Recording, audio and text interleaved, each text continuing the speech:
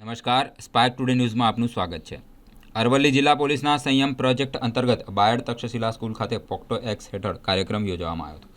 POCSO act વિશે વિદ્યાર્થીઓને માહિતગાર કરવામાં આવ્યા હતા। ડીવાયએસપી ચિંતન પટેલ દ્વારા વિદ્યાર્થીઓને માર્ગદર્શન આપવામાં આવ્યું હતું। પોક્સો એક્ટ હેઠળ કાર્યક્રમમાં અંદાજે 350 વિદ્યાર્થીઓ હાજર રહ્યા હતા। બાયડ પીઆઈ અને સ્કૂલના ટ્રસ્ટી અતુલભાઈ પટેલની આગેવાનીમાં આ કાર્યક્રમ યોજાયો હતો। તમારી ઉંમર 15 થી 17 વર્ષનો અંદાજો હું રાખું છું, બધાએ આવી જતા હશે। તો આ જે પ્રોજેક્ટ છે સંયમ પ્રોજેક્ટ, સ્વાભાવિક છે કે એની આખી યુવાની જેલમાં જતી રહેવાની છે।